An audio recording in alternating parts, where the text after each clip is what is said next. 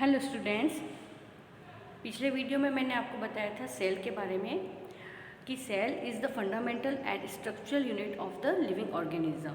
Cell unique structure है सभी living organism का। आज हम पढ़ेंगे प्लांट सेल और एनिमल सेल के बारे में और उनके पाए जाने वाले ऑर्गेनेल्स के बारे में। तो सबसे पहले देखेंगे कि ऑर्गेनेल्स क्या होते हैं। जितनी भी सेल्स होती हैं उसके अंदर लिविंग एंड नॉन लिविंग दोनों पार्ट्स पाए जाते हैं। तो लिविंग पार्ट्स जितने भी हैं उस सेल के अंदर जो प्रेजेंट हैं उन सभी लिविंग पार्ट का अपना स्ट्रक्चर फंक्शन होता है। तो उसको हम सारे इकट्ठे रूप में हम उसको क्या बोलते हैं, ऑर्गेनेल्स बोलते हैं। तो सबसे पहले हम इन दोनों का स्ट्रक्चर भी देखेंगे, प्लांट और एनिमल सेल का, और उसके अंदर जितने ऑर्गेनेल्स हैं उसके अंदर किसके अंदर ऑर्गेनेल्स प्रेजेंट हैं, किसमें एब्सेंट हैं, इसके बारे में भी उसकी स्टडी करेंगे। तो सबसे पहले आप देखेंगे कि प्लांट और एनिमल सेल में स्ट्रक्चर में क्या डिफरेंस है।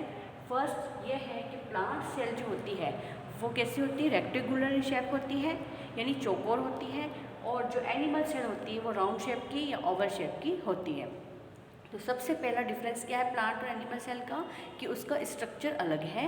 एक कैसा है, रेक्टेंगुलर शेप, और एक होता है ओवल इन शेप। अब देखेंगे इससे सारे ऑर्गेनेल्स और उसके स्ट्रक्चर के बारे में। फर्स्ट आप देखेंगे सेल मेम्ब्रेन। तो प्लांट और एनिमल दोनों में ही सेल मेम्ब्रेन पाई जाती है, जो पत्ती से लेयर होती है जो कि क्या करती है, एनिमल और प्लांट सेल दोनों के सेल के अंदर के जितने ऑर्गेनेल्स हैं, साइटोप्लाज्म है, उसको क्या करती है, बाउंडेड करती है। इस स्ट्रक्चर को बोलते हैं हम लोग सेल मेम्ब्रेन। देन इसके बाद में ये जानेंगे कि सेल मेम्ब्रेन जो होती है वो सिलेक्टिव परमेबल मेम्ब्रेन कहलाती है, क्योंकि कुछ सेलेक्टिव पार्ट्स को ही वो अंदर और बाहर आने और जाने देती है सेल के अंदर और बाहर।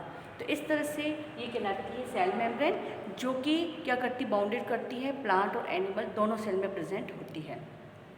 उसके बाद नेक्स्ट स्ट्रक्चर है सेल वॉल। तो cell wall is present only in the plant. Plant के अंदर ही सेल वॉल प्रेजेंट होती है। देखिए ये जो बाहर का जो स्ट्रक्चर है इस तरह से ये कैसा ठीक स्ट्रक्चर कहलाता है सेल वॉल, जो कि एनिमल सेल में प्रेजेंट नहीं होती है, प्लांट सेल में प्रेजेंट होती है। और ये सेलुलोज की बनी होती है, और इसका काम क्या होता है, इसको सपोर्ट देना, क्योंकि इसके अंदर स्केलेटल सपोर्ट नहीं होता है प्लांट में। एनिमल में तो स्केलेटल सपोर्ट होता है लेकिन प्लांट में नहीं होता है, इसीलिए उसको स्ट्रेंथ देने का और उसको सपोर्ट देने का काम करती है ये सेल वॉल। और सेल वॉल जो होती है सभी पदार्थ के लिए, सभी मटेरियल के लिए कैसी होती है, परमेबल होती है।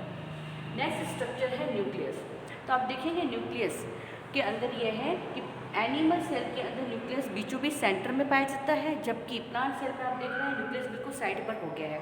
क्यों हो गया है, क्योंकि इसके अंदर वैक्यूल जो होता है बहुत बड़ा होता है, इसकी वजह से न्यूक्लियस एक साइड पर हो जाता है। न्यूक्लियस ऐसा स्ट्रक्चर है जो कि डबल मेम्ब्रेन से बाउंडेड है, और इसके अंदर न्यूक्लियस वापस पाया जाता है। इसके अंदर से थ्रेड लाइक स्ट्रक्चर प्रेजेंट होते हैं। इस थ्रेड लाइक स्ट्रक्चर को क्रोमोसोम बोलते हैं, और इसको इकट्ठे रूप में बोलते हैं क्रोमेटिन नेटवर्क। ये रिस्पॉन्सिबल होते हैं हेरिडिटी कैरेक्टर के लिए। तो न्यूक्लियस इसके अंदर कहाँ होता है, एनिमल सेल में सेंटर में प्रेजेंट है, और प्लांट सेल के अंदर ये बिल्कुल साइड में प्रेजेंट होता है। नेक्स्ट स्ट्रक्चर है साइटोप्लाज्म। साइटोप्लाज्म का मतलब ये है कि प्लांट और एनिमल सेल दोनों के अंदर एक बहुत ही जेली लाइक स्ट्रक्चर, गाढ़ा स्ट्रक्चर पाया जाता है। एक फ्लूइड होता है ये, जो कि पूरे में रहता है, और ये साइटोप्लाज्म जो होता है उसी के अंदर सारे ऑर्गेनेल्स बाउंडेड होते हैं। इसके अंदर सारे ऑर्गेनेल्स एम्बेब्ड रहते हैं, और साइटोप्लाज्म कैसा होता है, फ्लूइड होता है, और ये जो होता है जेली लाइक स्ट्रक्चर होता है।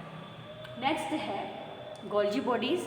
गोल्जी बॉडीज़ आप देख रहे हैं इस तरह से जो है तस्तरी की जैसी स्ट्रक्चर होती है, प्लेट टाइप की स्ट्रक्चर होती है, जो कि दोनों में प्रेजेंट होती है।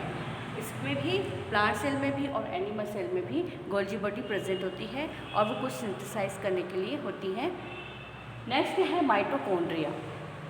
माइटोकॉन्ड्रिया को कहा जाता है power house of the cell, क्योंकि जितना भी ग्लूकोज होता है और जितनी भी एनर्जी होती है वो एटीपी के रूप में माइटोकॉन्ड्रिया में रहती है, और हमको क्या करती है, एनर्जी प्रोवाइड करते हैं। तो माइटोकॉन्ड्रिया ऐसा स्ट्रक्चर है जो कि डबल मेम्ब्रेन से बाउंडेड होता है। इसके अंदर डबल मेम्ब्रेन पाई जाती है, और सारे में बिखरे रहते हैं माइटोकॉन्ड्रिया। जैसे प्लांट सेल में, एनिमल सेल में, सब में प्रेजेंट होते हैं और ये power house of the cell कहलाते हैं। नेक्स्ट स्ट्रक्चर है वैक्यूल। वैक्यूल का मतलब है कि इसके अंदर, इसको हम हिंदी में बोलते हैं रसधानियाँ। तो प्लांट के अंदर ये वैक्यूल बहुत बड़े होते हैं और इसके अंदर सेल से प्रेजेंट होता है और ये इतने बड़े होते हैं कि जितने भी ऑर्गेनेल्स होते हैं वो ऐसा लगता है जैसे कि वो साइड पे हो गए हों। जबकि एनिमल सेल में वैक्यूल प्रेजेंट होते हैं लेकिन वो बहुत छोटे छोटे से होते हैं और दूर दूर पाए जाते हैं। नेक्स्ट स्ट्रक्चर है लाइसोसोम। लाइसोसोम जो होता है वो कहलाता है कि suicidal bag of the cell. इसके अंदर कुछ डाइजेस्टिव एंजाइम्स पाए जाते हैं जो कि क्या करते हैं कि जो वेस्ट मटेरियल्स होते हैं उसका डाइजेशन करते हैं। तो ये कहलाते हैं suicidal bags of the cell. Next है राइबोसोम। अब देखेंगे इस तरह से छोटे छोटे से स्ट्रक्चर पाए जाते हैं पूरे सेल में, तो इसको बोलते हैं हम राइबोसोम और ये रिस्पॉन्सिबल होते हैं प्रोटीन सिंथेसाइज के लिए। नेक्स्ट है सेंट्रोसोम। सेंट्रोसोम जो होता है वो केवल और केवल एनिमल सेल में प्रेजेंट होता है और रिस्पॉन्सिबल होता है सेल डिवीज़न के लिए। नेक्स्ट है प्लास्टिड्स। प्लास्टिड्स जो होते हैं यानी कि क्लोरोप्लास्ट जिसको हम बोलते हैं, ये प्रेजेंट होते हैं only in the plant cell और ये होते हैं डबल बाउंडेड होते हैं क्योंकि इसके अंदर डबल लेयर होती है तो डबल लेयर से बाउंडेड होते हैं। ये प्लास्टिड्स 3 तरह के होते हैं, क्लोरोप्लास्ट, क्रोमोप्लास्ट और ल्यूकोप्लास्ट। नेक्स्ट स्ट्रक्चर है ER यानी एंडोप्लाज्मिक रेटिकुलम।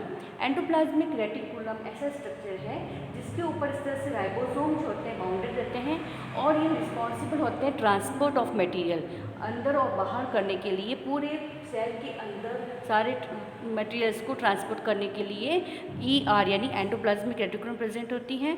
ये 2 तरह की होती हैं, स्मूथ हैंड और एक होती है रफ ER। रफ ER के ऊपर प्रेजेंट होते हैं राइबोसोम और इसके लिए इसीलिए उसको रफ ER कहते हैं और जिसके ऊपर राइबोसोम प्रेजेंट नहीं होते हैं उसको स्मूथ ER कहते हैं। इस तरह से ये पूरा प्लांट और एनिमल सेल में डिफरेंस भी हो गया और इसके स्ट्रक्चर के बारे में भी हो गया। आप इसकी डिटेल्स जो हैं आगे वाली वीडियो में बताई